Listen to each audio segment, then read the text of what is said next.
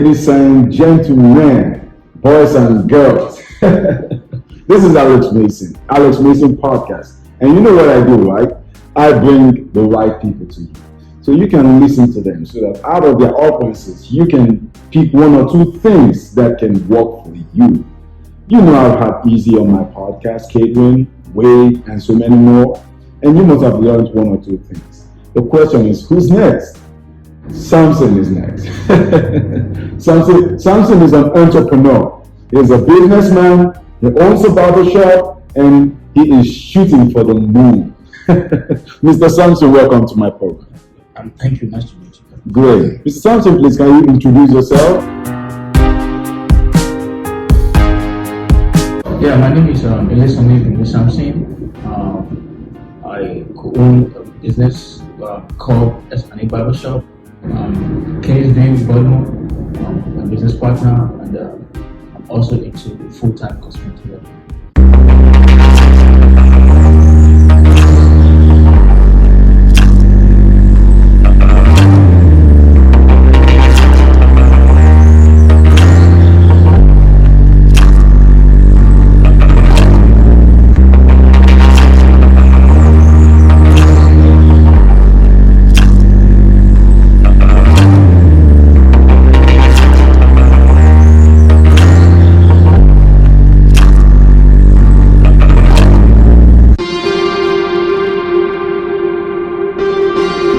And we've been friends for over 2 years now. And Mr. Samson said something to me on the phone this morning that actually caught my attention.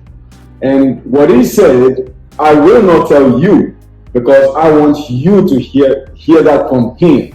But when he said that word, it kind of reiterated in me why we have to be aware, why we have to just listen and have different perspective, and why we just need to know that you cannot see things always from your side. There is always some other side of the story. And with that, I want to go ahead to ask Mr. Samson some of these questions. And here's what I can say to you. Whenever you come on my podcast or whenever you listen to my podcast, you don't necessarily need to take everything we say here or what my guests share with you. But out of what they say, if you can pick one or two things that can work for you and put it into practice, maybe you don't know what is going to happen. So I want you to open up your mind, open up your heart and listen. And if you agree with it, just say yes on the comment box. But if you don't agree with it, it's okay. It is all perspective. Mr. Samson, Yeah, thank you. I'm going to ask you this question again. The same way I asked you on the phone this morning. Do you think that immigrants, I'm going to use black immigrants this time, do you think black immigrants work harder than every other person in America? No, I do not believe that. You don't believe I do that? not subscribe to that perspective as well. Wow. Okay, can you tell us why? Why do you think? Because now I was on a conversation with someone, a journalist, and she said that the reason why black immigrants are making it big time in America is because they are willing to work, given their background, given that they came from hardship, and they're coming from hardship. They have the energy, the enthusiasm to work and make money, and they don't want to stop. Do you agree with that? No, I don't agree with that. You don't agree with that. So can you tell us why do you think most black immigrants look successful? Why do you think they look like they're working hard? Just because you look successful doesn't mean that you're successful. Wow. That's just a look. That is just a look. Well, let me start from this angle. It's perception.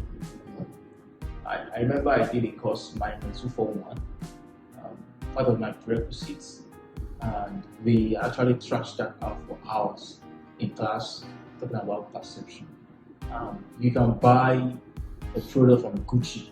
It doesn't mean that you are buying the original. I can go to Goodwill and get something for $1. Same products you are getting for $1, I can get it from Gucci for $200. It doesn't mean that $200 is is more quality than the one I bought for $5. It is just perspective. So I mean that's just it. So that's where I'm going to start from.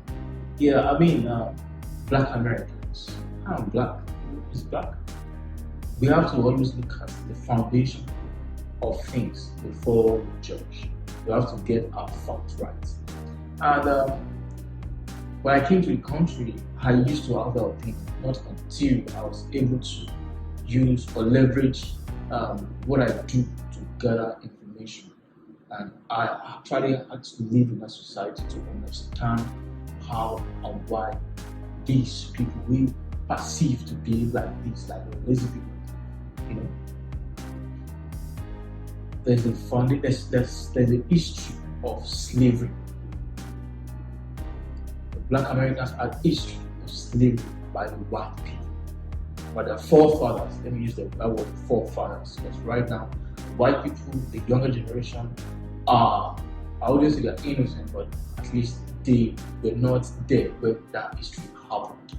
So I wouldn't want to judge everyone, but the old white people actually brought black, let me say Africans, my forefathers, to this particular part of this world.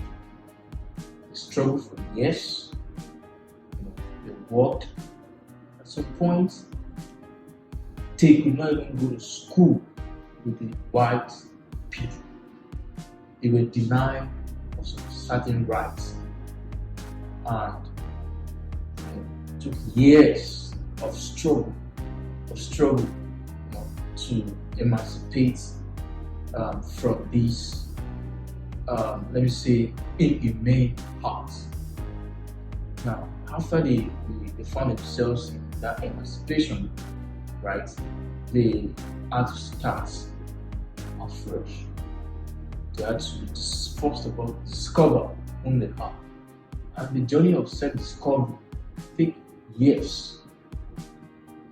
While they were doing while they were on the journey of self-discovery, that's when they got to a point where they realized that having been emancipated, there's a system which is also systemic slavery that has been put in place that has actually limits black people in this country to reach a certain pinnacle in the West, particularly in the US where I reside. If you follow what I've been saying, there's a foundation to it. And this is a struggle. Having been through this struggle, black people, some of them were accused of crimes they never committed. Then the fathers that are supposed to guard their kids at home are being sentenced to so many years imprisonment for doing nothing.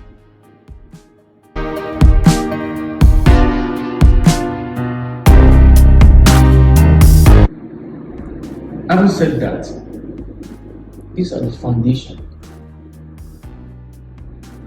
that actually bring back the struggle of the black people in this part of the world.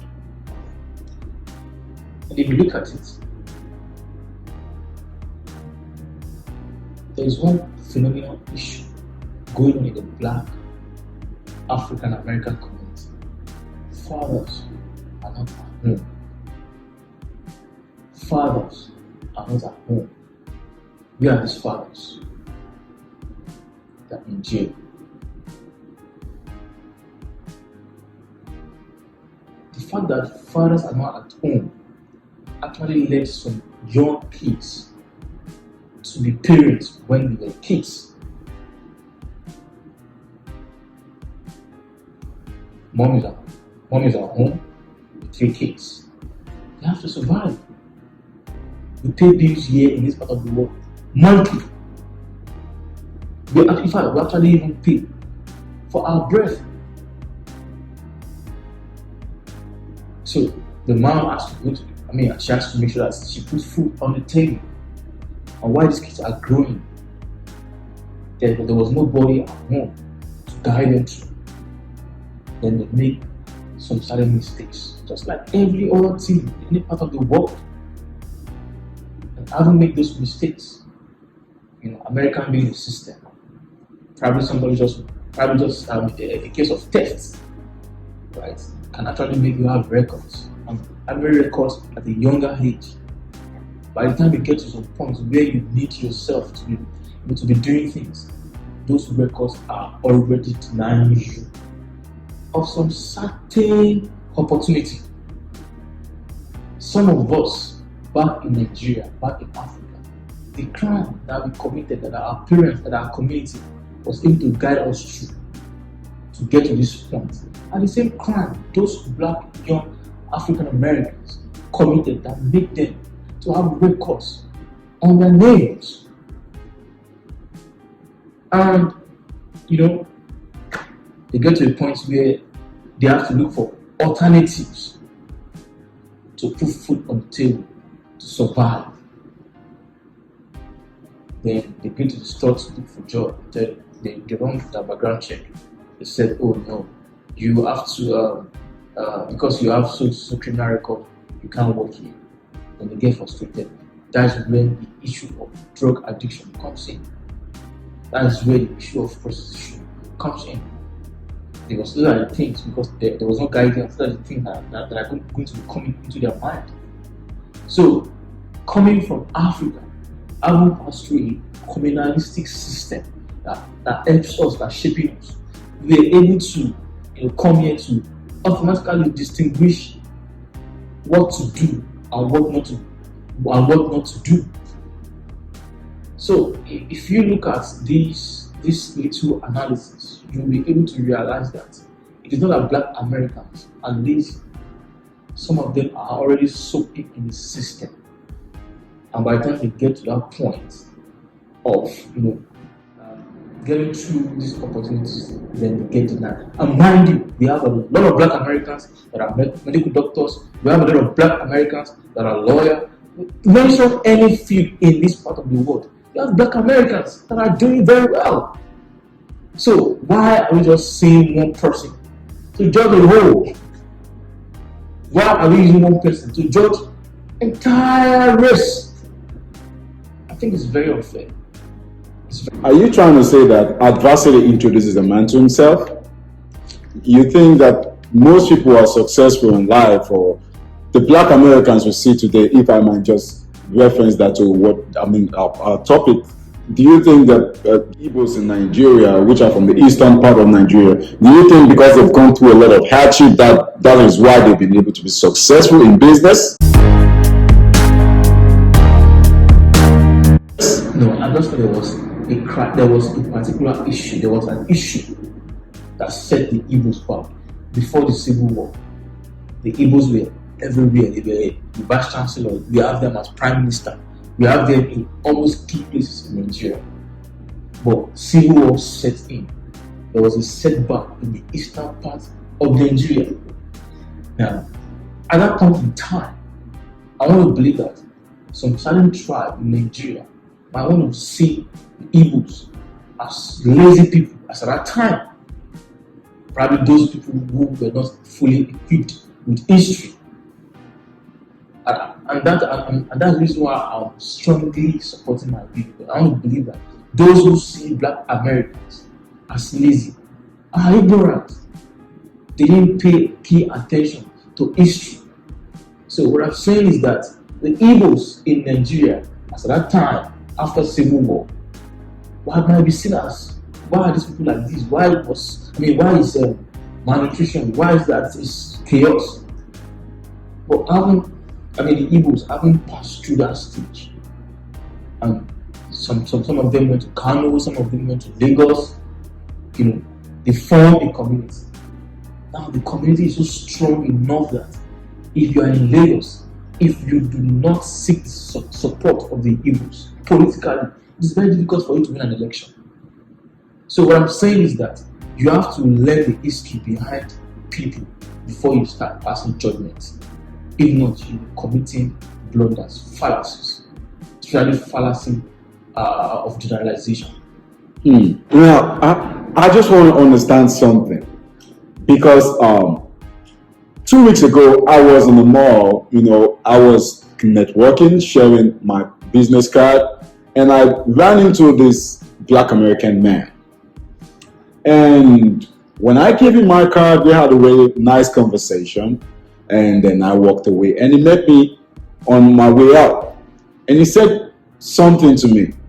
He said, "Why is it that Africans tend to look down on Black Americans?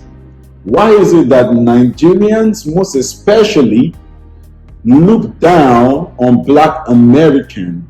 Nigerians feel like Black Americans worth nothing. They are lazy, they don't mount up, they don't add up, they are just, they feel they're better than the Black Americans." Do you feel that, have you ever met someone said something like that to you? Actually, see, just because I felt doesn't mean what I felt. It's true. Okay. It's different between emotion and fact. Okay. I think there's this juxtaposition. Africans look down on Black Americans, and we have some Black Americans that also look down on Africans. Like I said, it's just ignorant. It's ignorant. You must always at all times seek for truth, facts, know the history behind a particular phenomenon. Okay. That's when you can be able to know the truth. So just because I feel that as an African, there is a Black American, there is just one out of thousands of Black Americans. Now, it would be so unfair on my own part to use one person to judge thousands of people. So I don't think from the part of the Africans looking down on Black America, it is just pure and simple ignorance. Now this is relative, right? Do you think America owes Black people something? They will always. Okay. They will always. If you were in position to compensate the Black people for the history and what they've gone through, what would be your compensation plan? I shouldn't think of compensating human being. Okay. I shouldn't think of people that went through a lot and went through killing, slavery. I shouldn't think of compensating them. You are human. Why should I think of compensating human being? If I have the opportunity, right, to rewrite history,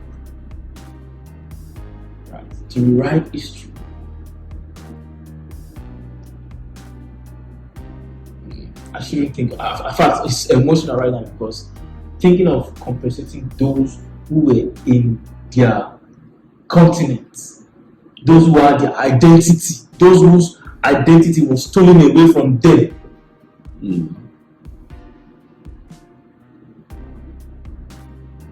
And what I have to be talking about in this current disposition is compensating them. I think it's weird.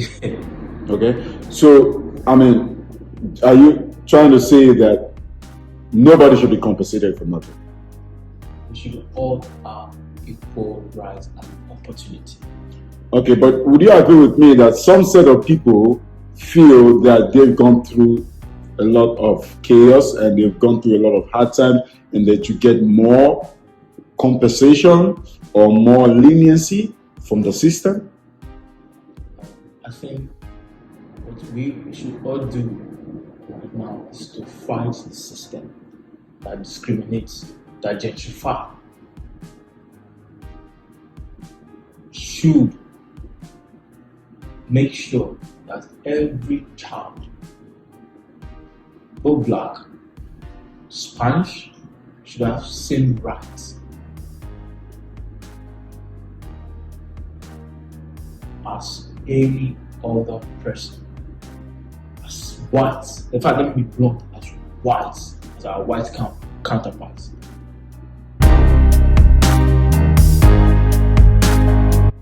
Mr. Sampson here just said that if you aim for nothing in life, you hit nothing dead on the head. And that had been, what it meant was, you cannot feed on mental candy. You cannot live a life the same way and expect something different. He's saying to the black Americans out there, Africans don't see themselves better than you. You probably have a problem with how you see yourself. Now, if you want to start making amends, what you have to start doing is to understand that the African community understand that you built America, and with such privilege, nobody is looking down on you. But in case you find it a little bit awkward in the whole scenario, maybe you want to look into yourself. Maybe you want to hear from other perspectives. You want to ask questions, interact with an African person, and you are going to have more information to counter what you believe. I just want to ask you this question. Do you believe Black Lives Matter? Black Lives Matter. Okay. Truly, all lives matter.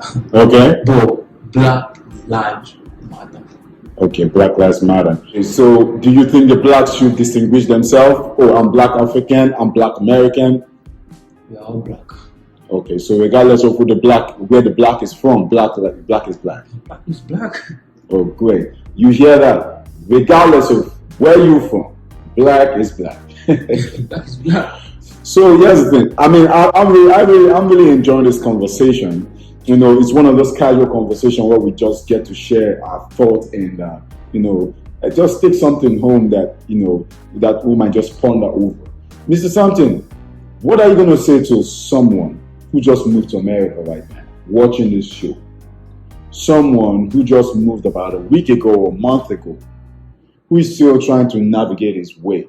What can you say to that person? Be yourself and be open-minded. You are who you are. All those things that you learn in Africa are valid. But why you still hold on firmly to whom you are, open-minded, being able to open your mind to welcome new ideas, but always critically analyze issues.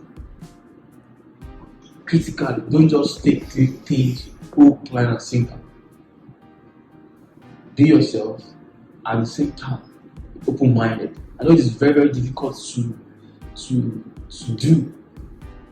It's very, very difficult because some of us make some certain mistakes because we were not critical. So when you just move to America, try to understand the system. Yes, we have our own way of life, of living, but this is a new environment. Understand the system and be critical of every idea that are coming to you.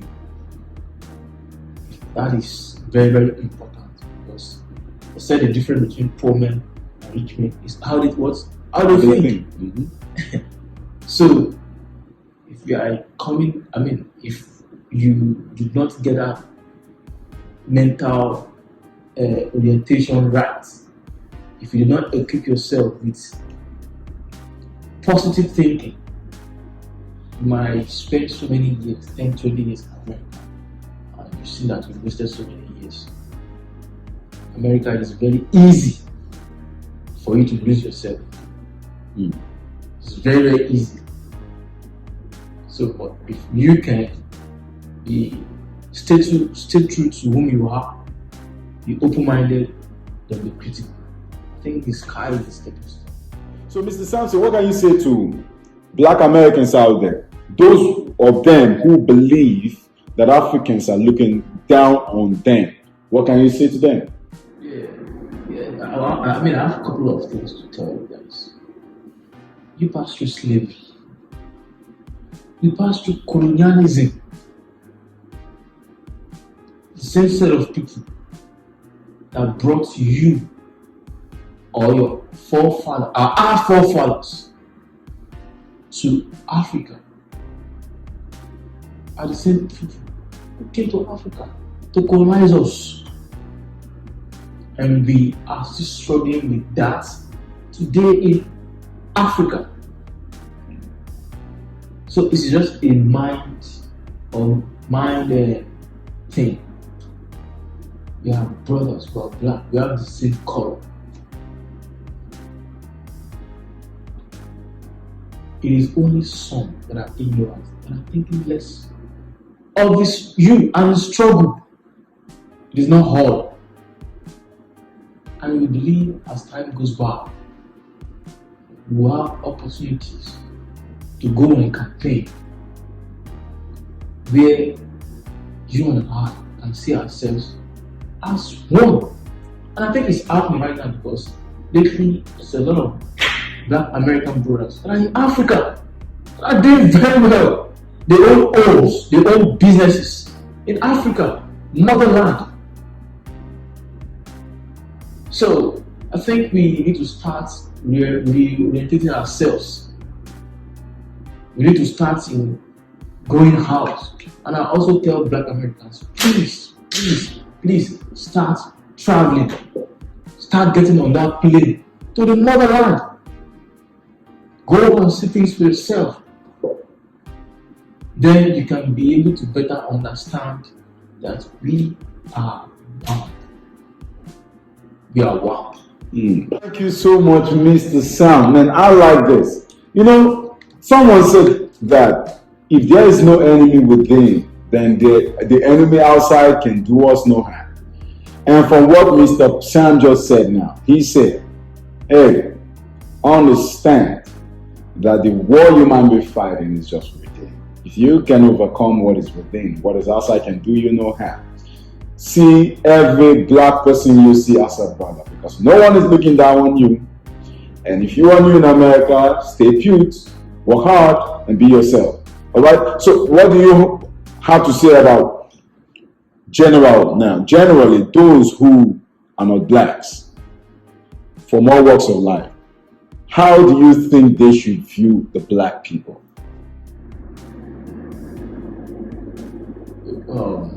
Very, very, very sensitive question. Specifically white. Well, I think we are doing better now. This generation are doing better. But the time of George Floyd, it's a lot of young white folks that came out to join the Black Lives Matter. Okay. So the narrative is changing. The young white folks, they are aware of the shortcomings of their forefathers. Though I wouldn't want to say that the system is not it's not to their favor. But the perception or suggest that we have is to see a black person as evil. So if you can see a black person as human, which you are, is this particular saying that do unto others, right? What you want them to do unto you. So if you can pinch yourself and you see how it feels to pinch yourself, right? Do you want to do the same thing to another person because of their race? But now that we have our history, we cannot erase that history, right? Now we're trying to, change the narratives. So I would advise that people that are non-black should see us, these two black men, as human. Right. So if we can, do that in years to come, though history can never be erased, but at least we can better have peaceful coexistence. I like people who think differently, people who have their own thought, people who have their own opinion, and at the same point, they're not trying to infuse their point into you. They just give it to you as a matter of consideration to think about. Thank you so much, Mr. Sampson. I love this. Thank you so much. And if you're out there, you have something you want to share, you have an idea you want to talk about that you feel you're so passionate about, or you have a business that you want people to see, contact Alex Mason Podcast. This is what I do, nothing else. I just bring you on here and just have this kind of conversation with you, and you get to talk more about your business. Thank you so much, Samson, for coming on my podcast. And not just coming on my podcast, but just expressing yourself about sensitive issues like this that some people don't want to talk about, but it's stuck in our heart. And as we meet people from day to day, we subconsciously go through this topic in a silent conversation. I'm glad that you've taken some time to express yourself, your thoughts, and let others out there know what you think, and your encouragement to the Black community and also to the non-Black community. You've been able to share your thoughts and your idea. And I hope that if you're out there and you heard what he said and you just felt like he's saying the truth, let me know. Just put on the comment box, he's right. I'll be so glad to see that. I'm sure he will be.